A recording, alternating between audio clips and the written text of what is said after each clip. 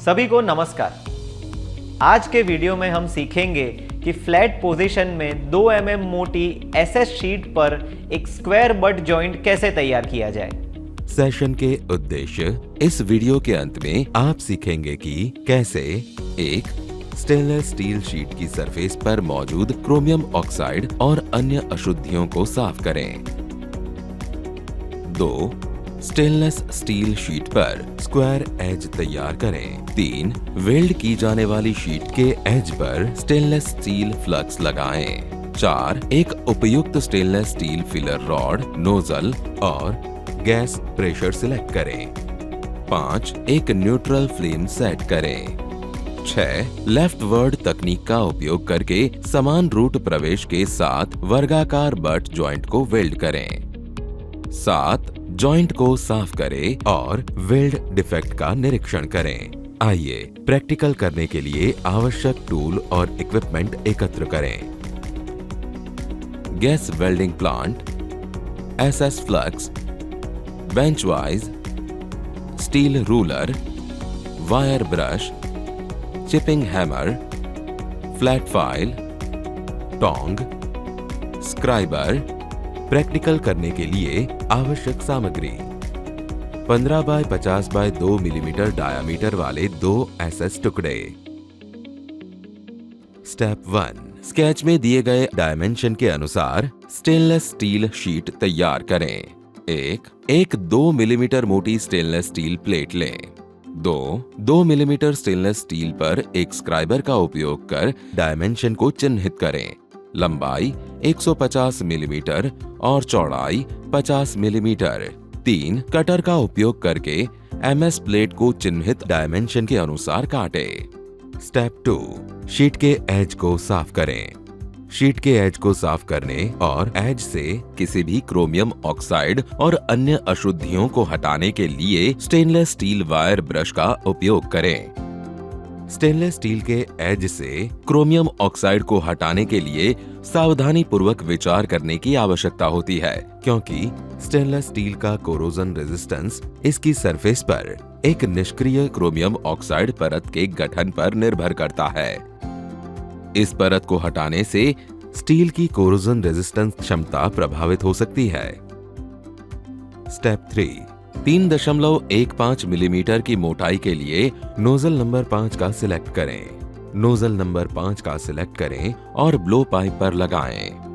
1.6 millimetre phi specially treated columbium bearing 18 by 8 प्रकार की stainless steel filler rod का select करें या फिलर रॉड के रूप में उपयोग करने के लिए बेस मेटल से स्ट्रिप्स काट लें। 18 बाय 8 स्टेनलेस स्टील का मतलब है कि मिश्र धातु इस्पात ने 18% क्रोमियम, 8% निकल और बैलेंस प्रतिशत आयन, कार्बन प्रतिशत आदि है। स्टेप 4. स्टेनलेस स्टील फ्लक्स का सिलेक्ट करें और 12 मिलीमीटर पेंट ब्रश का उपयोग करके जॉइंट के एज के दोनों एज पर लगाएं और फिलर रॉड पर लगाएं। अच्छी गुणवत्ता वाले फ्लक्स का सिलेक्ट करें जिसमें जिंक क्लोराइड और पोटेशियम डाइक्रोमेट हो। पानी मिलाकर पाउडर फ्लक्स को पेस्टी रूप में बना लें। प्लेट और फिलर रॉड के दोनों तरफ फ्लक्स लगाएं।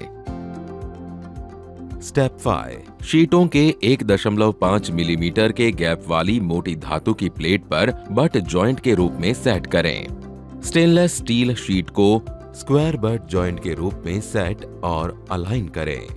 Step 6. Perfect neutral flame set करें। एक स्ट्रिक्ट न्यूट्रल फ्लेम या थोड़ा कार्बराइजिंग फ्लेम सेट करें ताकि ऑक्सीडाइजिंग के गठन को रोका जा सके, जो हानिकारक है। गैस वेल्डिंग में उचित वेल्ड गुणवत्ता प्राप्त करने और जुड़ने वाली धातुओं के ऑक्सीकरण को रोकने के लिए न्यूट्रल फ्लेम का उपयोग करना महत्वपूर्ण है। न्यूट्रल फ्लेम एक विशिष्ट प्रकार की फ्लेम है जो फ्यूल गैस यानी एसिटिलीन और ऑक्सीजन के नियंत्रित मिश्रण से उत्पन्न होती है। ये स्वच्छ मजबूत वेल्ड सुनिश्चित करने के लिए गर्मी और सुरक्षा का सही संतुलन प्रदान करता है। स्टेप 7.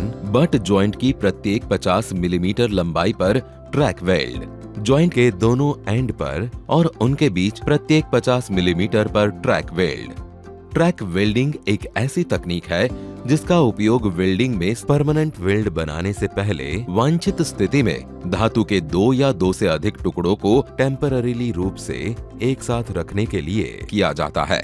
ट्रैक वेल्ड के छोटे और कम तीव्र वेल्ड होते हैं जो वेल्डिंग प्रक्रिया के दौरान टुकड़ों को एक साथ रखने के लिए पर्याप्त ताकत प्रदान करते हैं। स्टेप 8 लेफ्ट वर्ड तकनीक का उपयोग कर जॉइंट को वेल्ड करें। ब्लो पाइप को 80 डिग्री से 90 डिग्री के कोण पर और फिलर रॉड को 20 डिग्री से 30 डिग्री के कोण पर पकड़कर दाहिनी ओर से वेल्डिंग शुरू करें।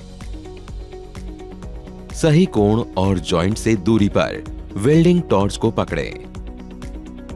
एसएस पर प्रहार करके वेल्डिंग शुरू करें और जॉइंट के साथ टॉर्च को दाएं से बाएं घुमाना शुरू करें। उचित प्रवेश सुनिश्चित करने के लिए यात्रा की गति लगातार बनाए रखें और थोड़ा पीछे की ओर कोण बनाए रखें। जॉइंट के रूट में एक समान प्रवेश सुनिश्चित करें। बीड के अंत में मुहाने में गड्ढा भरकर वेल्ड पूरा करें। वेल्ड बीड को साफ करें और निरीक्षण करें। फ्लक्स अवशेषों का पूरी तरह हटाना सुनिश्चित करें। स्टेप 9 जॉइंट को साफ करें और डिफेक्ट के लिए वेल्ड का निरीक्षण करें। पोरोसिटी वेल्ड मेटल में फंसे गैस बबल के कारण होने वाली छोटी कैविटियों या रिक्तियों की उपस्थिति है। ये वेल्ड को कमजोर कर देता है और उसमें क्रैक पड़ने की आशंका पैदा कर देता है। अंडरकट एक वेल्ड के बेस पर बना एक ग्रूव या गड्ढा है जो बेस मेटल के अत्यधिक पिघलने का कारण बनता है। इनकम्प्लीट फ्यूजन तब होता है जब वेल्ड मेटल बेस मेटल या पिछले वेल्ड पास के साथ पूरी तरह से बंध नहीं पाती है, जिसके परिणाम स्वरूप दरार पड़ने की संभावना के साथ एक कमजोर जॉइंट बन जाता है।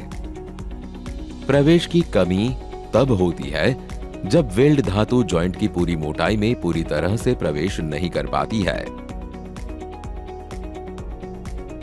ओवरलैप, जिसे ओवरलैप बीड के रूप में भी जाना जाता है, जॉइंट की इच्छित सीमा से परे जमा वेल्ड धातु की अधिकता है। ये एक असमान और कमजोर जॉइंट बना सकता है। स्पैटर पिघली हुई धातु की छोटी बूंदों को संदर्भित करता है जो वेल्डिंग के दौरान वेल्ड पुल से बाहर निकल जाती है।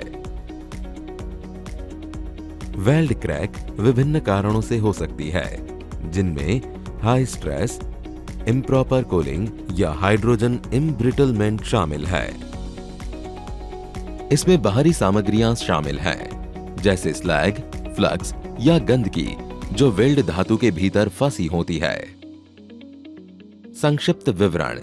इस वीडियो में अभी तक हमने चर्चा की है स्टेनलेस स्टील शीट की सरफेस पर मौजूद क्रोमियम ऑक्साइड और अन्य अशुद्धियों को साफ करें। स्टेनलेस स्टील शीट पर स्क्वायर एज तैयार करें।